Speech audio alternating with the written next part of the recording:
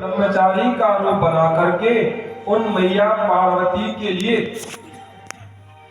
तपस्या में जाकर के उनकी परीक्षा ली। ऐसे भगवान ने ब्रह्मचारी का रूप हिताख्यानम मध्यम परम व्याहृतम मनः एतच्छाद प्रीत्या ससुखी गतिमाप्युनत्। इस आख्यान को जो श्रवण करता है उसके जीवन की सारी अनिष्टताएं खत्म होती हैं। जिन कन्याओं की शादी नहीं होती ना, वो शिव और पार्वती के जो विवाह की कथा है इसको अगर प्रतिदिन बैठ करके पाठ करें, शिव पुराण से न कर पाए तो रामचरितमानस से ही करें, भगवान शिव को सुनाएं, उनको सुयोग वर की प्राप्ति। क्योंकि भगवान शिव के अलावा संसार में कोई दाता है नहीं, बाकी सब बेकार है। क्योंकि जब सबको आवश्यकता पड़ती तो परीक्षित जी कहां पहुंचते? शिव के पास। हर देवता वही जाता, क्योंकि इनके पास तो जैसे कि आज के समय रिजर्व बैंक है, पैसा छापने का काम रिजर्व बैंक करती, लेन देन का काम छोटी छोटी बैंक करती, लेकिन इनके पास अधिकार नहीं है। इनका भी जब पैसा खत्म होता तो कहां जाती? रिजर्व बैंक के पास। ऐसे ही भगवान शिव तो सुप्रीम पावर है, जो परमात्मा जिसे कहा जाता है वो परम पिता परमात्मा शिव ही है। एक बार भगवान शिव ने नट का वेश बनाया। अब समझो भगवान शिव संसार, इसीलिए तो कहते हैं कि सबको प्रभु में देखना चाहिए। ये संसार सारा परमात्मा में ही ओतप्रोत है। सभी नाम तेरे, सभी रूप तेरे, उसी के सारे नाम है, उसी के सारे रूप है। एक बार भगवान नट बन के गए और बढ़िया नृत्य किया, जाकर के कहा अपने ससुराल। ससुराल में किसी को नचते देखा?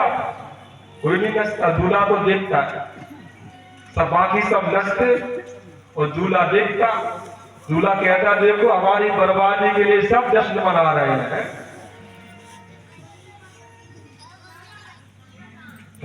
अभी तो सब नच रहे हैं, बाद में दूल्हा पूरे जीवन नचेगा। तो आज भगवान शिव ने क्या किया? बढ़िया सुंदर नट का भेष बनाया। क्यों बनाना पड़ा ये भी बता दे। जब देवताओं ने भगवान शिव से कहा कि तुम जाओ और जा करके अपनी बुराई करो, जिससे मैना और हिमांचल के मन में तुम्हारे प्रति अश्रद्धा हो जाए। अश्रद्धा ऐसी हुई कि भगवान का विवाह ही चला गया। बाकी जिया को समझावे जाकी चढ़ी लगन कर जा। अब भगवान को जैसे तैसे तो विवाह के लिए तैयार किया। अब तैयार हो गया, वो भी विवाह उनका उचट गया। अब भगवान को बड़ी चिंता, बाबा जी बने रहते वो भी अच्छा, अगर हम बाबा जी बने रहते तब भी अच्छा था। अब तो हम कहीं के नहीं रहे। माया मिली राम, दुविधा में गए प्राण। भगवान ने कहा शादी तो करनी है। तो देवताओं ने कहा भैया अब तुम नट बन के जाओ, तुम तो कलाकार हो, बढ़िया डमरू बजाओ। भगवान शिव नट का रूप लेकर के गए और नटेश्वर भगवान ने बड़ी अच्छी अच्छी कलाएं दिखाई। गांव में नट आते दिखाते, वो छोटे छोटे बच्चे रस्सियों पे चलते, वो छोटे से छल्ले से निकल जाते, ऐसे भगवान से बड़ी सुंदर सुंदर कलाएं दिखाते। आज हिमांचल प्रसन्न हो गए, बोले मांग लो क्या चाहिए? बोले ना तो धन चाहिए, ना घर चाहिए, फिर क्या चाहिए? अश्वे देया स्वकन्ये पार्वती सुपत्नी एवं विचाचातयो शिवे भक्तिर्भूतपरः। मुझे और कुछ नहीं चाहिए, आपकी ये सुंदर सी कन्या है हमें।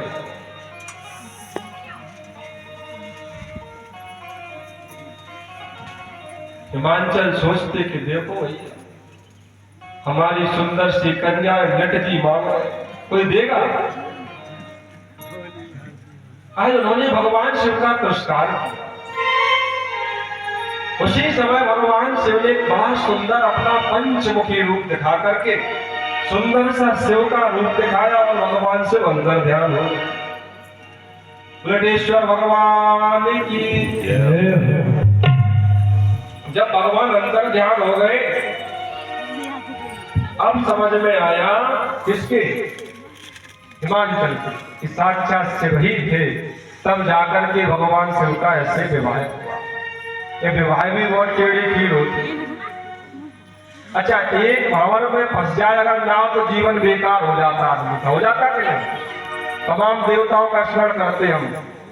पहले नाव चलती थी तो नदियों में भंवर पड़ती थी कि नहीं, बताओ सब लोग।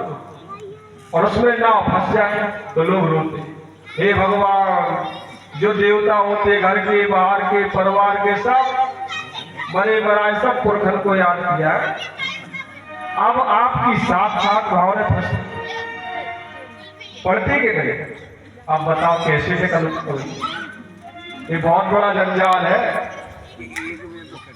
सृष्टि का। अगर कोई जंजाल है तो सबसे बड़ा भगवान ने यही जंजाल बना दिया कि तुम धरती पे आओ, इस चक्कर में फंस जाओ, बस जीवन भर चक्कर। और चालू कहां से हुआ, जब भगवान शिव का विवाह हो रहा है तो ब्रह्मा जी ने कहा कि चलो भैया विवाह की तैयारी करो। भगवान कहते ना हमने कभी विवाह किया न देखा, न तो हमने कभी किया न देखा, ना हम जानते विवाह कैसे होता है, आप ही तैयारी करो। तो एक कुछ वचन भी होते हैं उसके नीचे मंडप के नीचे। क्यों परीक्षित जी हुए थे आपके? अरे बताओ, इसीलिए लफड़ा है, बच गई याद नहीं है। कुछ वचन दिए जाते हैं, उसमें माताओं के साथ कुछ वरीयता भी होती है, एक आध दो वचन के। तो जो वचन होते हैं वो वचन का सीधा तात्पर्य यही है कि पति पत्नी दोनों मिलकर के बनते हैं दंपति। अब समझो दृष्टि है क्या, पत्नी अलग नहीं पति अलग नहीं, दोनों जब दोनों की शादी हो जाती, दाम्पत्य जीवन में आ जाते तो फिर वो दंपति बन जाते। और दंपति जो काम करे मिलके ही करना चाहिए, अलग नहीं करना चाहिए। लोग बात कहते हैं ना कि पति करे तो पत्नी को फल मिले, कहीं नहीं मिलेगा फल। गुरु करे चेला को फल थोड़ी मिलता। एक डाल दो पंछी बैठे, एक गुरु एक चेला, अपनी करनी गुरु उतर गए, अपनी करनी चेला। अपनी कथाएं बहुत सुनी शिव पुराण में आई कि पति दुराचारी पत्नी भी दुराचारी, दोनों ने अपना फल भोगा।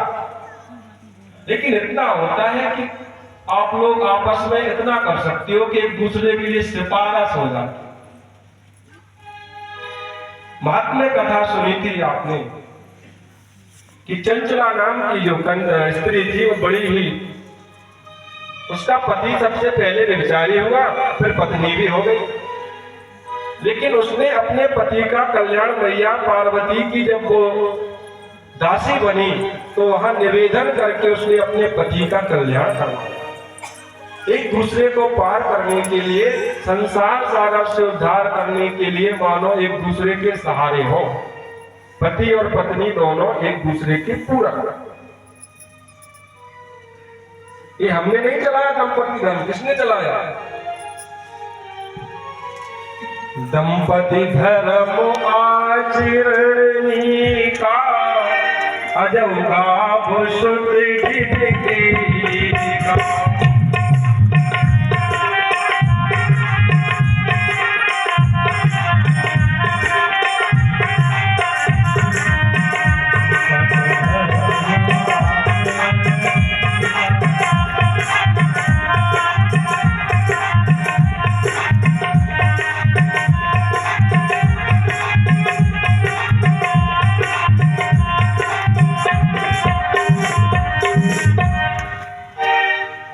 जो संविधान है अपना संविधान नहीं, अपना संविधान है मनुस्मृति।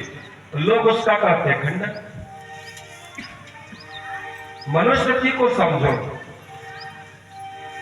मनु जी हमारे आदि पुरुष हैं, हम सबके जो उत्पन्न करता है, मैथिली सृष्टि के प्रथम रचयिता। सबसे पहले ब्रह्मा जी ने मानसी सृष्टि की, वो सृष्टि चल ही नहीं पाई, सब बाबा जी हो गए, जिसको भी उत्पन्न करते वही चला जाता। तो ब्रह्मा जी ने कहा क्या करें, भगवान शिव ने कहा तो ऐसे नहीं चला पाओगे सृष्टि। फिर बोले हम बताए वैसे चलेगी, तुम अपने शरीर से एक स्त्री और एक पुरुष को उत्पन्न करो। मैथिली सृष्टि के रचयिता हुए मनु और शत्रुपा। तो मनु शत्रुपा के द्वारा उत्पन्न होने के कारण ही हम मनुष्य कहलाए। फिर उन्होंने एक संविधान बनाया, मनुष्य के लिए एक संविधान रचा।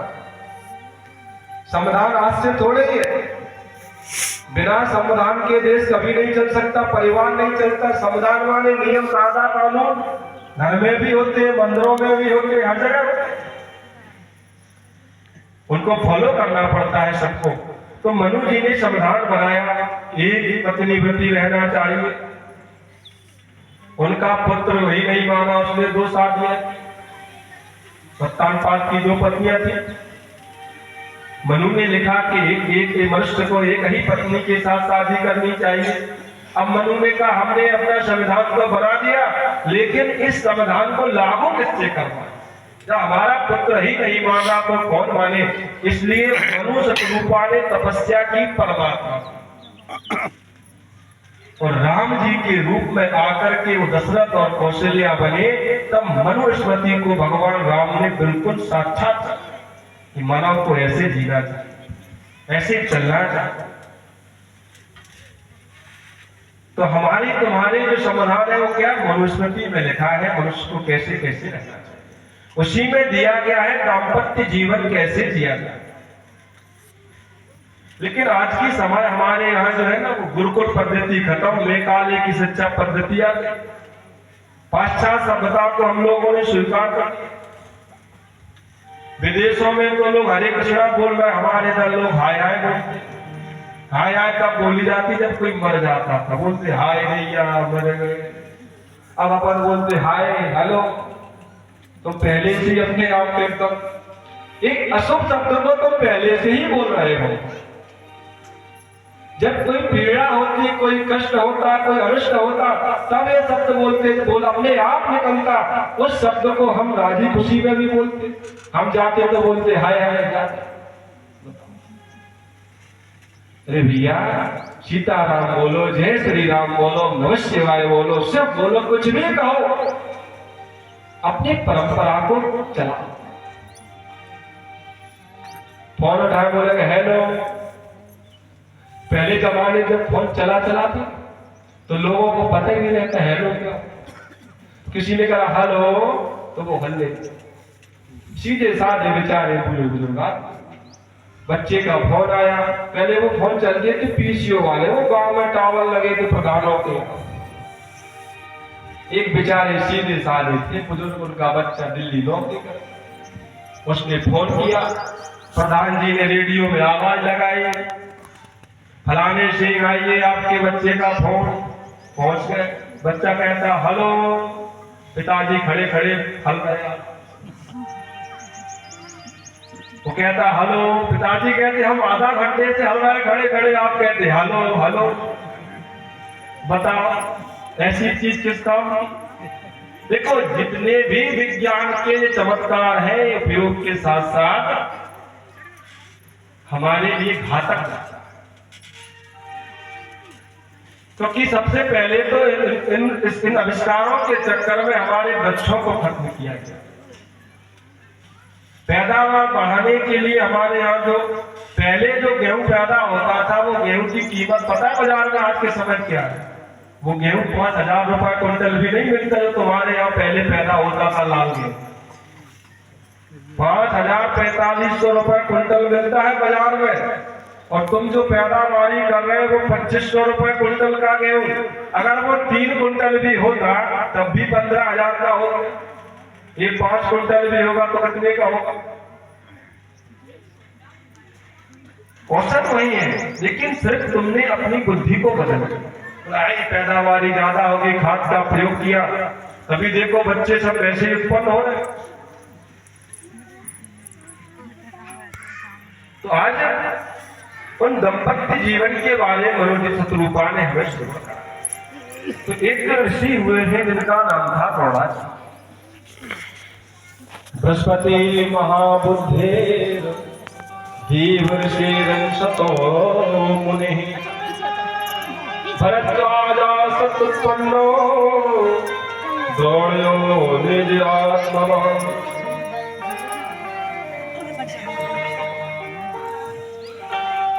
भरद्वाज ऋषि के गोत्र में उत्पन्न हुए द्रोण, जिन्हें आप सब जानते होंगे, गुरु द्रोणाचार्य।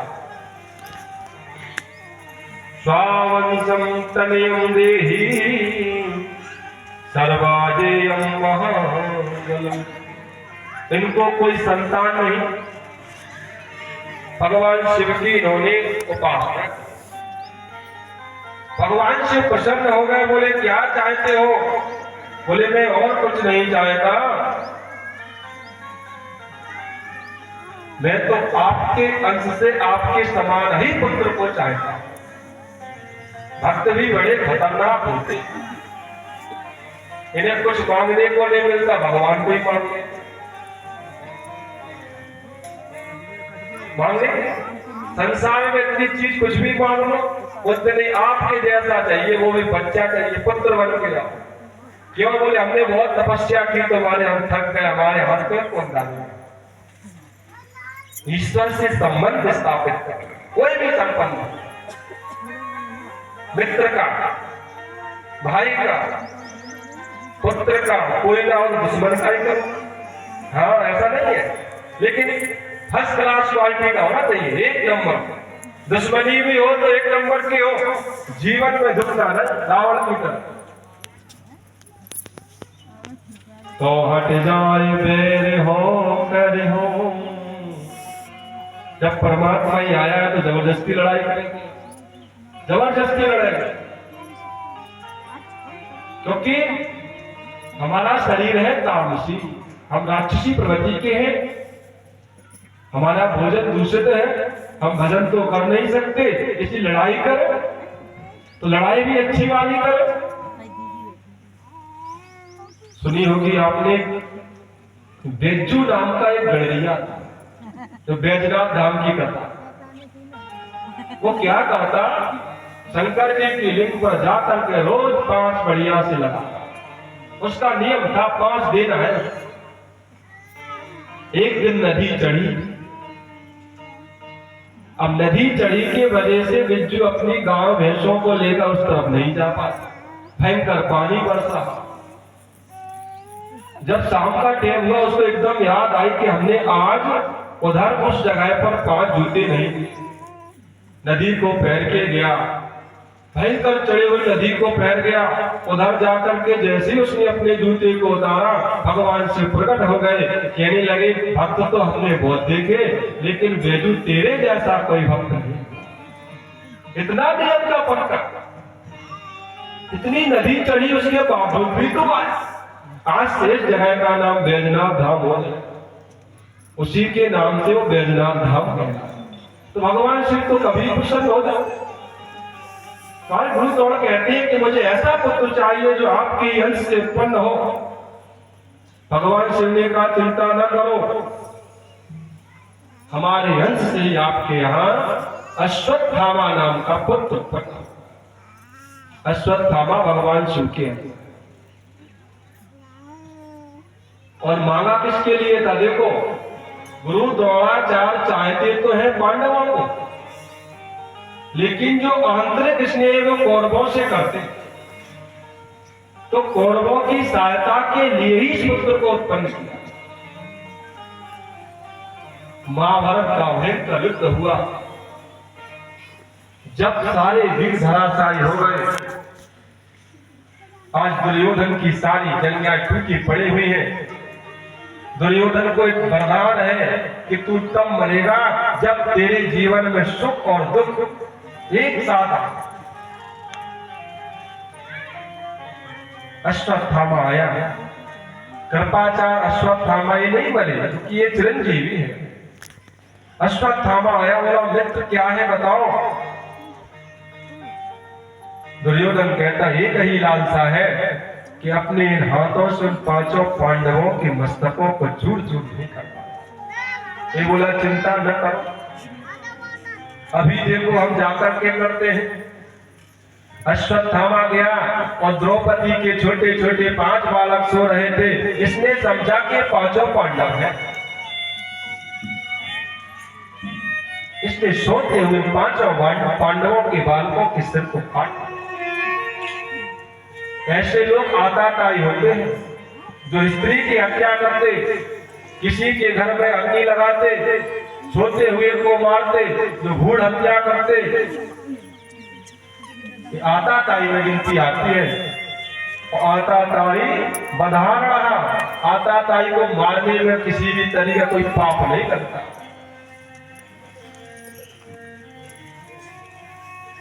आज जैसे लेके गया, जैसे दुर्योधन ने उन सिरों को पकड़ के दबाया, वो रोने लगा क्योंकि बहुत प्रसन्न था अंदर से कि पांचों पांडव मर के आए। और जैसे दबाया एकदम रोने लगा, दुखी हो गया। बोले अश्वत्थामा तूने ये क्या कर दिया? हम दोनों के कुल को चलाने वाले ही 5 पुत्र थे, तो इन 5 पुत्रों को खत्म कर दिया, अब हमारा वंश ही खत्म हो।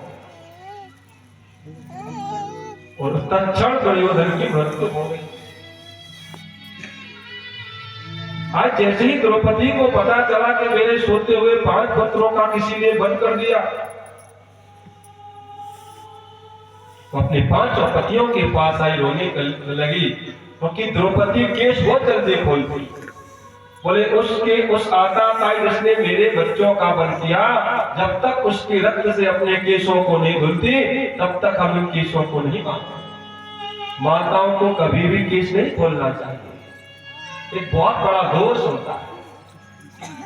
कटवाने नहीं चाहिए, वो कटवा लेते, बोले वो क्या बोलते, 2 मुखी हो गए थे। संसार एक 2 मुखी हो गया है, केस तो हो गई। एक मुखी तो बड़ी मुश्किल से मिलता, चाहे आदमी हो चाहे रुद्राक्ष। कहते लोग एक मुखी रुद्राक्ष, एक मुखी तो बड़ी मुश्किल से मिलेगा। क्योंकि व्यक्ति अभी कुछ कहता, 5 मिनट बाद पता नहीं कौन सा स्टोर बदल जाए। उसमें स्टेशन चलते थे, पहले वो रेडियो आता था फिलिप्स का, स्टेशन बदलता तुरंत चेंज। ऐसे आजकल आदमी का पता नहीं कौन सा स्टेशन कब बदल जाए, एक क्षण में ही बदल जाता है। आज द्रौपदी ने प्रण कर लिया, इधर अर्जुन ने भी प्रण कर लिया। जल्दी में कभी भी कोई क्रिटिकल फैसला नहीं करना चाहिए, कोई भी ऐसा निर्णय नहीं लेना चाहिए कि जिसमें आगे चलकर के हम फंस जाए। लिया है, दशरथ जी ने भी लिया। विश्वामित्र जी आए, बोले जो मांगो सो देंगे। बेचारे ने किया, पता नहीं बाबा जी क्या मांगने लगे। जो परिचित विचार करो, कोई भी मांगने वाला व्यक्ति आए, बोले हमारा सामर्थ्य होगा वो हम अवश्य करें। इतना तो कह दो, ये नहीं कहा आपका ही सब कुछ है। जब वो मांग ले फिर आप टेसु कैसा मुंह बना, अब हम क्या करें। इसलिए कभी भी गुंजाइश रख के काम करिए, कुछ ना कुछ थोड़ा गुंजाइश। भोजन भी है ना, बताया गया है कि भरपेट भोजन नहीं करना चाहिए। एक रोटी कम से कम खाओ, इससे भोजन सही पचेगा। जल जाएगा तो जल के संसर्ग से भोजन पचेगा। लेकिन लोग वो ऐसे जब तक यहाँ तक नहीं भर जाता तब तक मानते। अरे एक बार ऐसा हुआ, एक हमारे आश्रम पे रहते महाशय, सावन का महीना चला, बोले महाराज जी सेवई बने। हमने कहा ठीक बताओ। अब हम 2 लोग सेवई बने और चायदान ने उसी बना ली। अब वो बोले कि खाली होना चाहिए। हमने कहा बिल्कुल अभी होगा खाली। थोड़ी हमने रख दिया उनके पास, पूरी पा गए बेचारे। सच्चाई ये पे खड़ा नहीं हुआ। तो कुछ लोग ऐसे भी हैं जो इतना खा जाते कि फिर खड़ा ही नहीं हो जाता। खा जाते कि कौन कौन सा लड्डू है। तो भोजन हम अगर जी रहे, बहुत से लोग जीते ही खाने के लिए, खाने के लिए मत जियो, जीने के लिए खाओ। ज्यादा अन्न खाने से बुद्धि मंद हो जाती है। पौष्टिक आहार लो, दूध पियो। हमारे पूज्य महाराज जी जो है बता रहे हैं, गुरु जी थे ना उनके, तो महाराज जी गुरु जी कभी रोटी नहीं खाने देते। वो कहते हम रोटी ना बोल, रुको 1 गिलास दूध पी लो बस। अब 1 गिलास दूध पिया, बोले एक और, धीरे धीरे इतना दूध पिला दिया कि अब जगह, क्योंकि बोले रोटी खाने से तुम पेटू हो जाओ, पेट बढ़ जाए, आलस आएगा, भजन नहीं कर पाओगे। तो आज द्रौपदी ने भी निर्णय लिया, इधर अर्जुन ने भी निर्णय ले लिया कि जब तक मैं अगर शाम तक उसको न पकड़ पाया तो मैं स्वयं मर जाऊं। भगवान ने कहा देखो अर्जुन, तुम बहुत जल्दबाजी करते हो, ऐसे ही तुमने पहले जयद्रथ के वध के लिए निर्णय ले लिया, ऐसे फिर निर्णय लिया। चलो अब ठीक है, तुमने निर्णय लिया है तो हमें तो तुम्हारा साथ देना ही होगा। आज भगवान गए और उस गुरु पुत्र अश्वत्थामा को बताया कि यही है तुम्हारे पुत्रों का वध।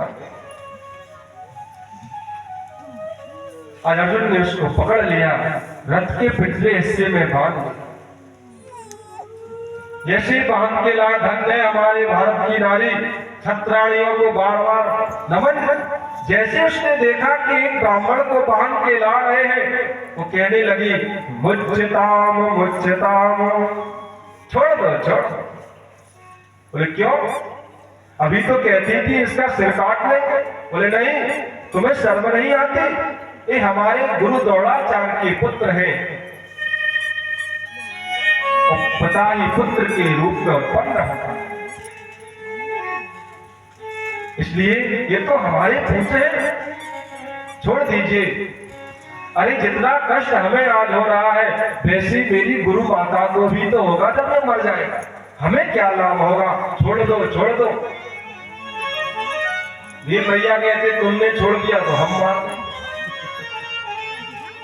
भीम है पेटू, ज्यादा खाता, बुद्धि काम नहीं करती। बोले अगर तुमने छोड़ दिया तो मैं मार दूंगा।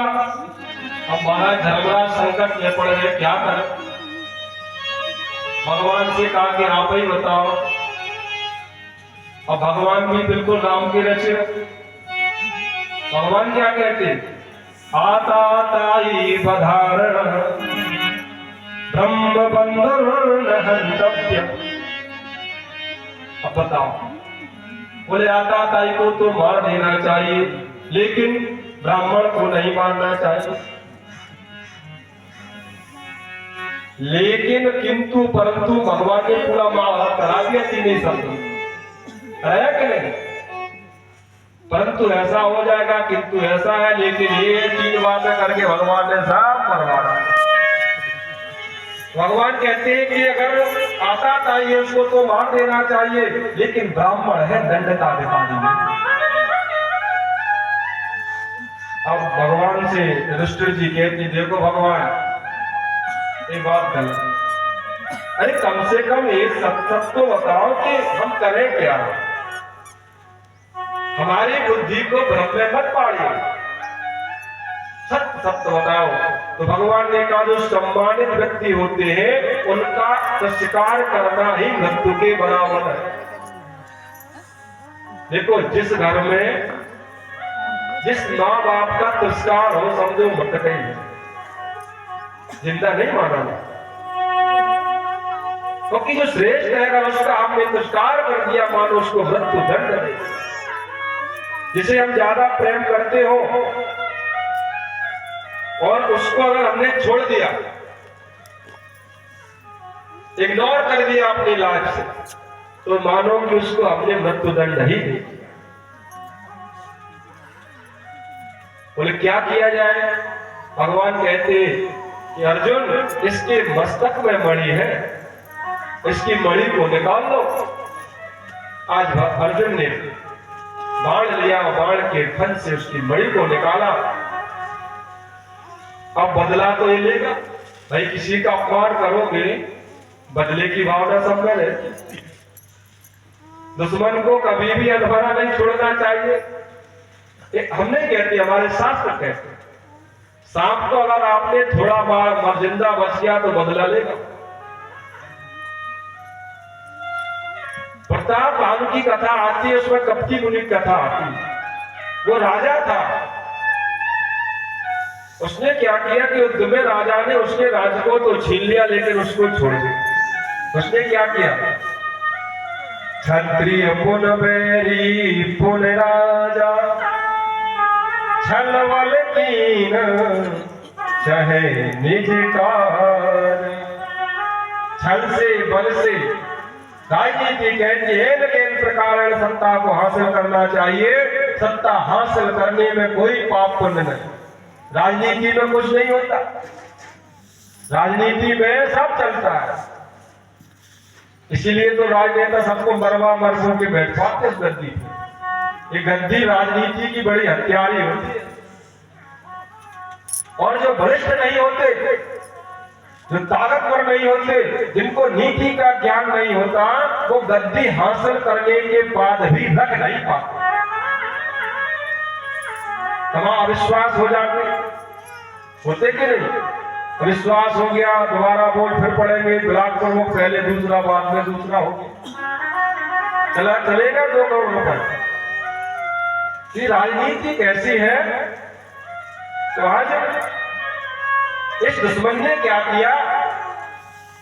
ब्रह्म अस्त्र का प्रयोग कर दिया। गुरु द्रोणाचार्य ने इसको शिक्षा नहीं सिखाई थी ब्रह्मास्त्र की, क्योंकि वो जानते थे तम प्रधान है, और तमोगणी व्यक्ति के पास अगर कोई ज्यादा पावरफुल वस्तु होगी तो बार बार निकालेगा। कोई मूर्ख के पास अगर गन हो तो बार बार निकालेगा, छोटी छोटी बात। इसलिए जब लाइसेंस बनता है तो बहुत छानबीन करती है पुलिस, जाने कितने चित्रों को निकालता। तो आज इस ब्रह्मास्त्र को इसको दिया नहीं गया, लेकिन जब अर्जुन को सिखाते तो चोरी से सीख लिया। तो चलाना तो जानता, वापस करना जानता ही। जैसे इसने ब्रह्मास्त्र को छोड़ा, अर्जुन जलने लगे। अर्जुन भगवान से कहते हैं क्या है? भगवान कहते हैं कुछ नहीं है, ये तुम्हारे गुरु पुत्र के द्वारा छोड़ा हुआ ब्रह्मास्त्र। हे अर्जुन, ब्रह्मास्त्र को ब्रह्मास्त्र ही शांत किया जा सकता है, इसलिए तुम भी ब्रह्मास्त्र का प्रयोग करो।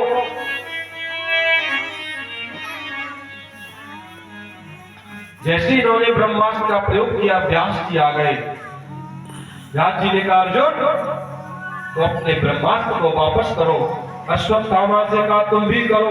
तो अर्जुन ने तो वापस कर लिया, लेकिन अश्वत्थामा ने उसकी दिशा बदली। इसको पता है कि मन्नू की पत्नी जो उत्तरा है उसके गर्भ में बच्चा है। उत्तरा का गर्भ नष्ट करने के लिए यहां तक कि कहते हैं कि गर्भ नष्ट कर ही दिया। भगवान स्वयं ही परीक्षित बन के भगवान गर्भ में गए, भगवान ने रक्षा की। फिर तब जाकर के, तब से लेकर के आज तक के वह अश्वत्थामा इस पृथ्वी पर भ्रमण करता है और गंगा के किनारे घूमते रहते। तो खुजली उजली होती लोगों को, फोड़ा होड़ा होते, बोले सिद्ध बाबा का चढ़ाओ तो सही हो जाते। वो सिद्ध बाबा के नाम से वही पूछते। आज सब मिलकर के भगवान की बड़ी सुंदर स्तुति करते हैं। हम लोग भी एक भजन गाएंगे।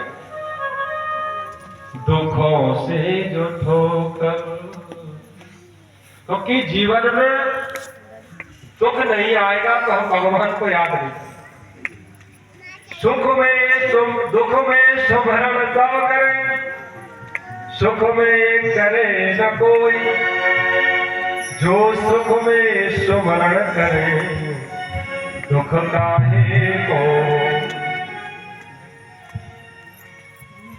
इस सुख में भगवान को भजोगे, दुखों से अगर जो खाई न होती तुम्हारी प्रभु या हाल न होती।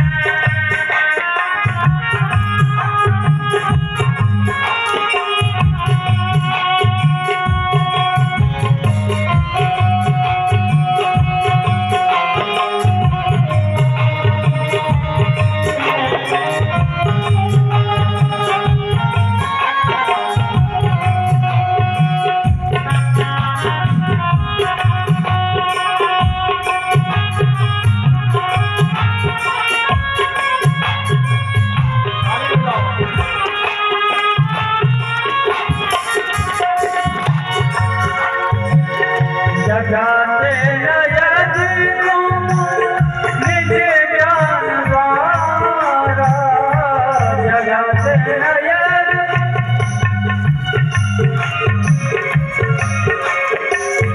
जगाते नयन तुम निज ज्ञान द्वारा, ज्ञान द्वारा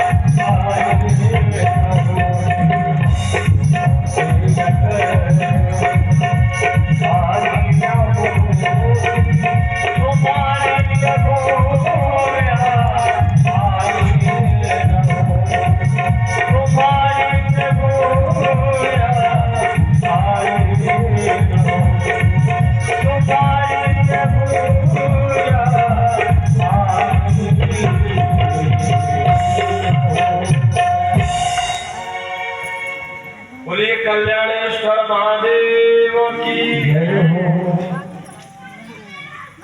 ये देखो कल्याणेश्वर महादेव को याद करते रहो, तुम्हारा भी कल्याण हो जाएगा।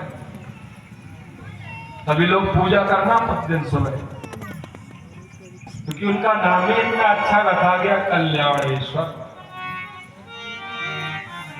इस तरीके से भगवान ने अश्वत्थामा के रूप में अपना जन्म। अब ब्रह्मा जी कहते हैं कि हे नारद, हम आपको भगवान की 12 ज्योतिर्लिंगों के बारे में सुना। हम सबको प्रातः काल इनको याद करना चाहिए। सौराष्ट्रे सोमनाथश्च श्रीशैले मल्लिकार्जुनः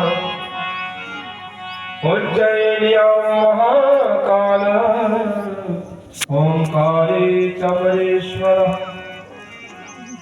केदारो हिमवत्पृष्ठे डाकिन्या भीमशंकरः वाराणसी च विश्वेश त्र्यंबको गौतमी तटे वेदिनाथश्चिताहो नागेशो दारुकामणिः सेतुबन्धे च रामेशो भस्मेशश्च शिवालये।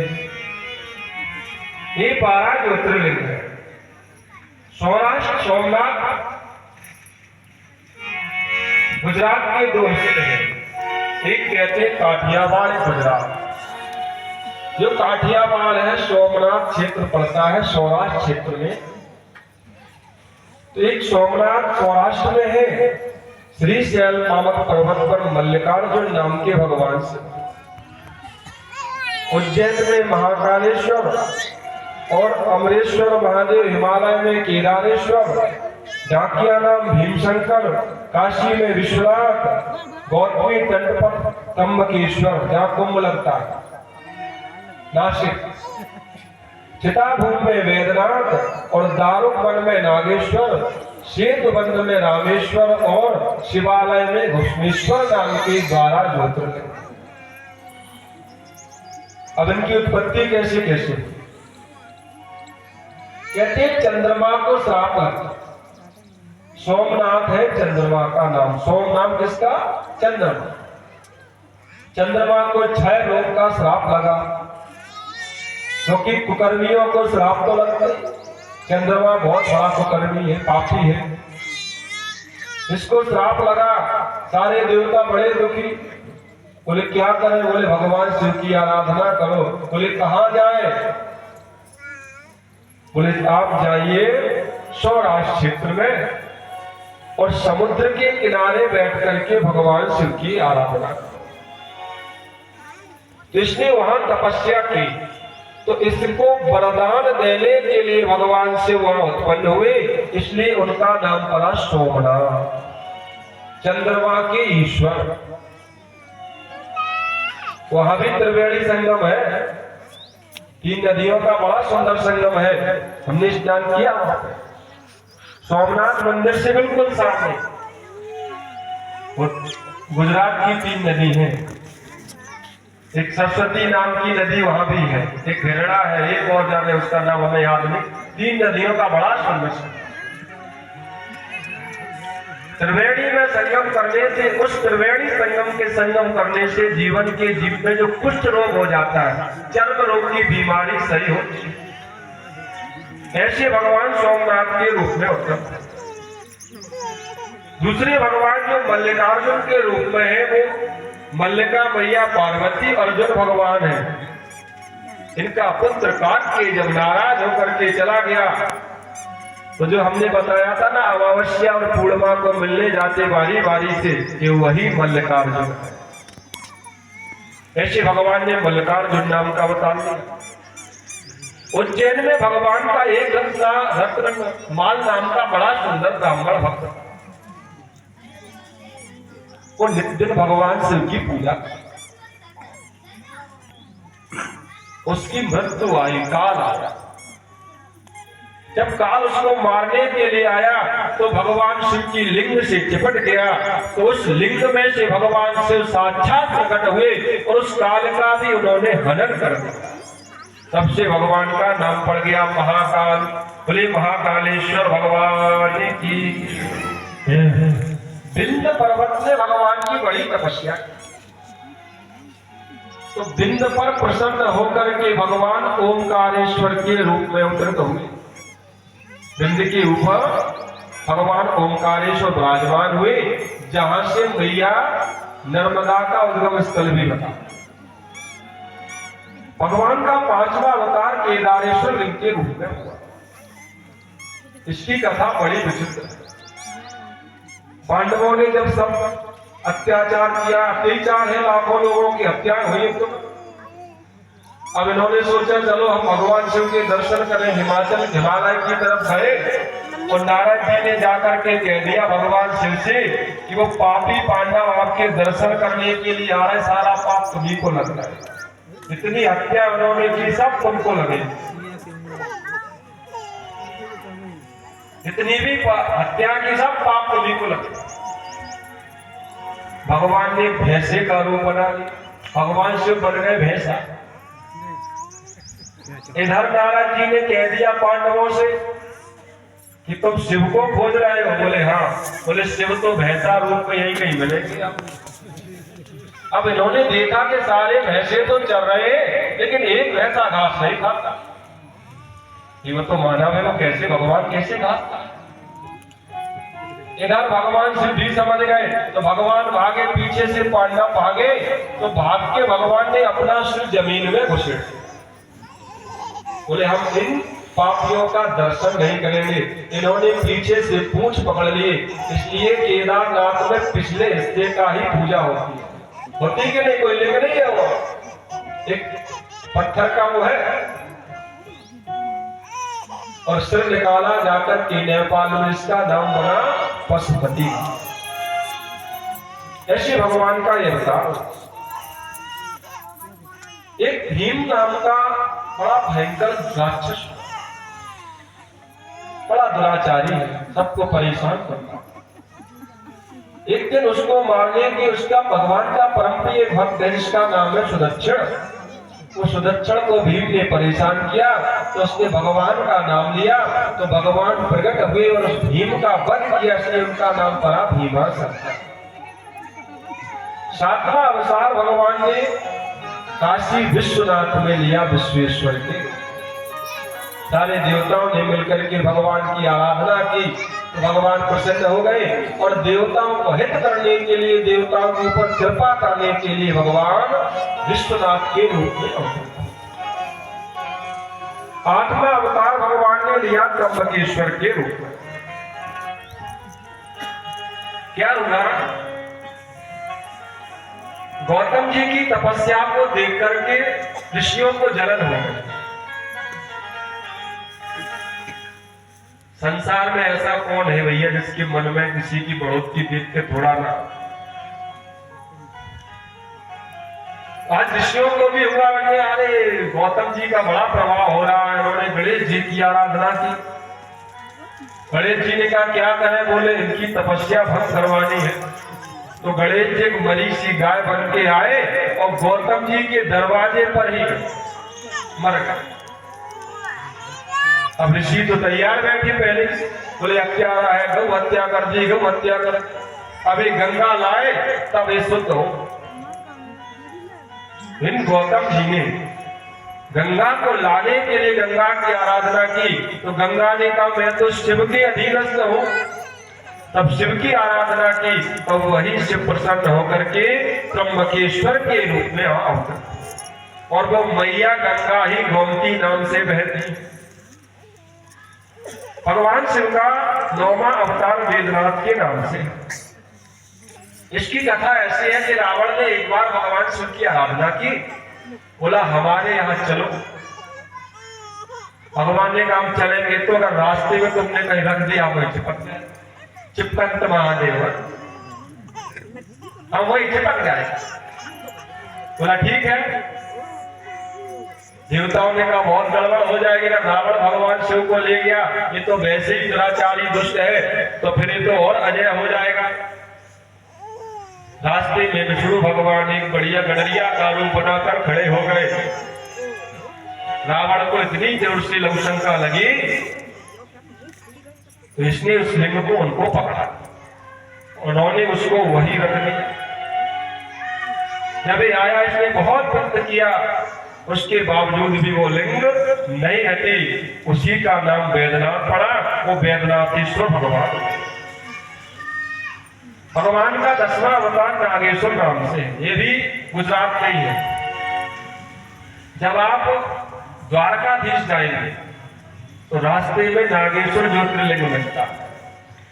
तो भगवान ने भक्तों की रक्षा के लिए दारुक नाम का राक्षस था और इसकी पत्नी का नाम था दारुकी। तो दारुकी क्या थी? भगवान मैया पार्वती की सेवका थी।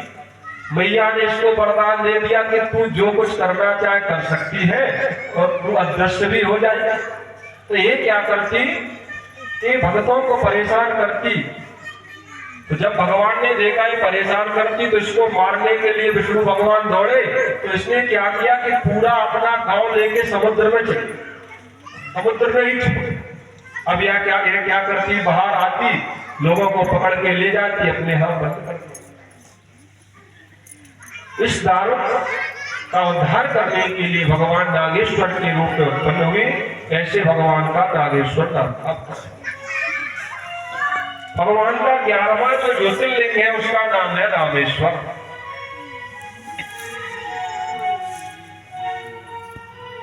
वैसे तो सभी के आराध्य शिव है, लेकिन क्षत्रियों के विशेषकर भगवान शिव ही की आराधना। तो सूर्यवंशी भगवान राम लंका जा रहे थे अपनी प्रियतमा को खोजने के लिए, धर्म पत्नी को रावण ले गया।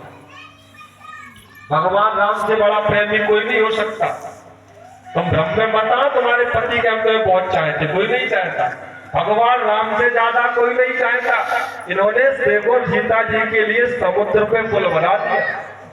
आपके पति देवता तो जीना भी नहीं चढ़वाते घर। भगवान ने क्या किया कि आज जैसे ही सीता का पता लगा, समुद्र के किनारे पहुंचे, एक मन में विचार आया कि हमारे आराध्य है शिव, जब तक शिव की स्थापना नहीं होगी तब तक हमारा कोई काम सफल नहीं होगा। आज आदेश दिया गया तो भगवान ने एक लिंग की स्थापना की। लिंग थाप विधवत करे पूजा, शिव समान मोहि प्रिय नहीं।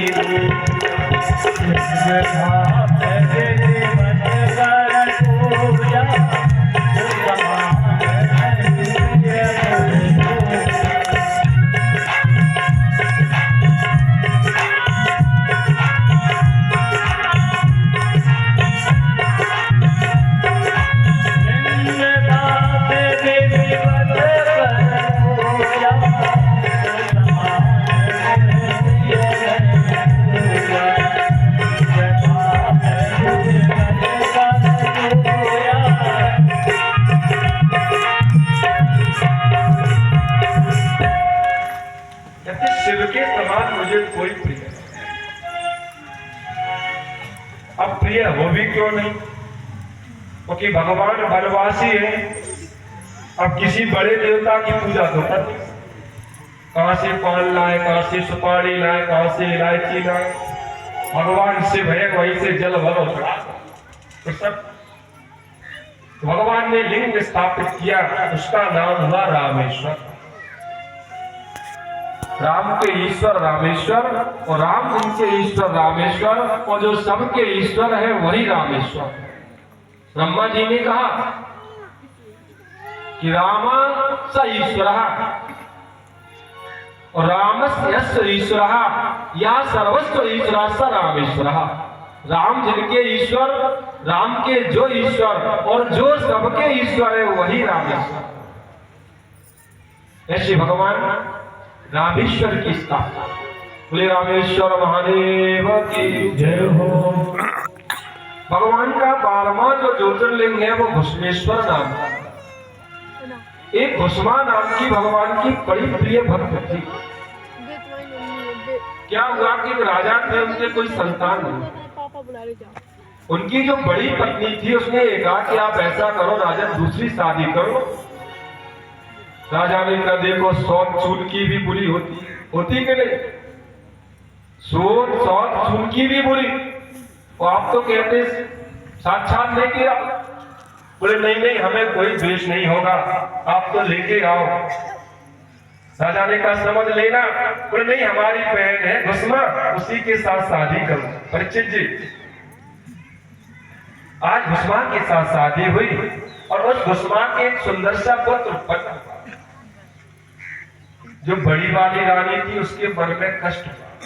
एक दिन क्या देखा उसने, इसका लड़का इसकी बहू शादी हो गई, बड़े आनंद में रह रहे, इसको अंदर से कष्ट हुआ, काश हमारे भी बच्चे हो। इसने सोते हुए उस बच्चे को मार दिया। घुस्मा के पुत्र को इसकी बहन ने मार दिया। और जो घुस्मा थी वो भगवान शिव का पूजन कर रही, उसी तालाब में डाल दिया। घुस्मा से कहा गया कि तुम्हारे पुत्र का ऐसे ऐसे कत्ल हो गया। उसने कहा भगवान शिव समझे। उसके मन में कोई गिलानी है। जब घुस्मा ने भगवान शिव की पूजा की तो उसी शिवालय में भगवान घुस्मेश्वर के रूप में प्रकट हुए और बोले घुस्मा मैं तो से बहुत प्रसन्न हूं।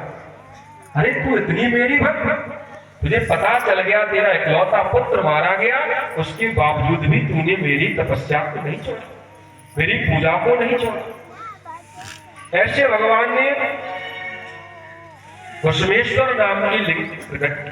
बोले घुस्मेश्वर महादेव की जय। ऐसे 12 ज्योतिर्लिंग की बड़ी सुंदर कथा। इन लिंगों के ऊपर चढ़े हुए प्रसाद को पा लेना चाहिए, इनमें कोई दोष नहीं। अन्य लिंगों पर चढ़े हुए प्रसाद का भक्षण नहीं करना चाहिए। कहते हैं कि हम आपको काशी में स्थित अन्य लिंगों का वर्णन करा। गंगा तीरे सुप्रसिद्ध काशी खल मुक्तिदा साहि लिंगमय्यया शिववास स्थलिम स्मृतः। काशी मानो की लिंगमय है।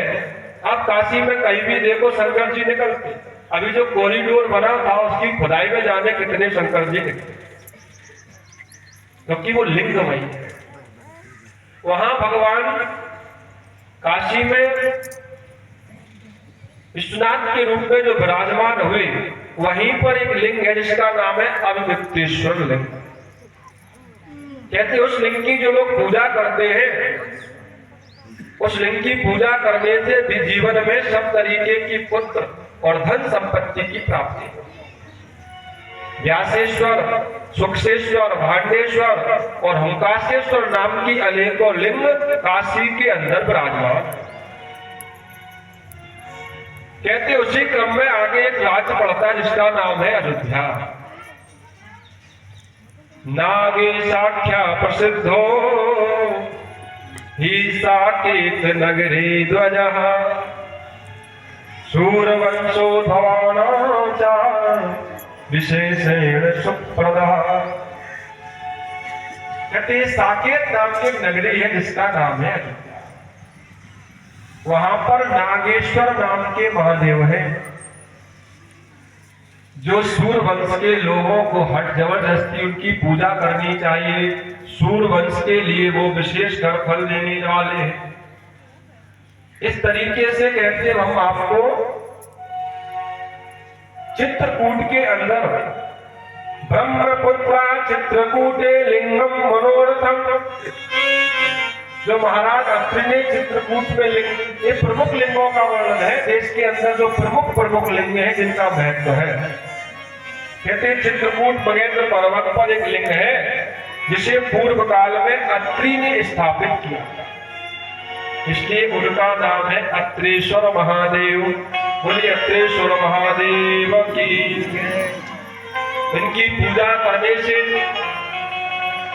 पुत्र प्राप्ति होती है, दक्षिण श्याम दिशि महत कांदम नाम यदवनम चित्रकूट समीपे अस्ति तप्ताहितम सतानम। जहां इन्होंने तपस्या की वो कामद नाम का पर्वत है, कामदगिरी है जहां हम लोग परिक्रमा कर लिया। देखो ईश्वर जहां बैठ जाए वही हो जाता। कौन जानता था कामदनाथ कोई जानता?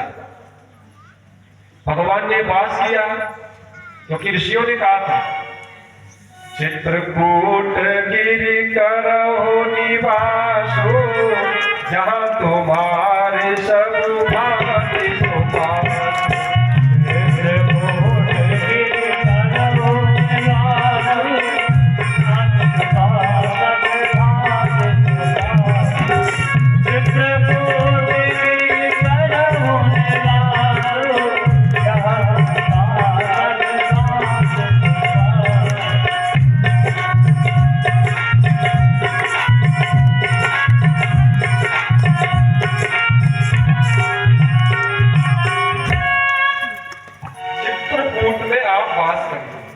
क्यों? अत्रि आदि मुनिवर तह बसन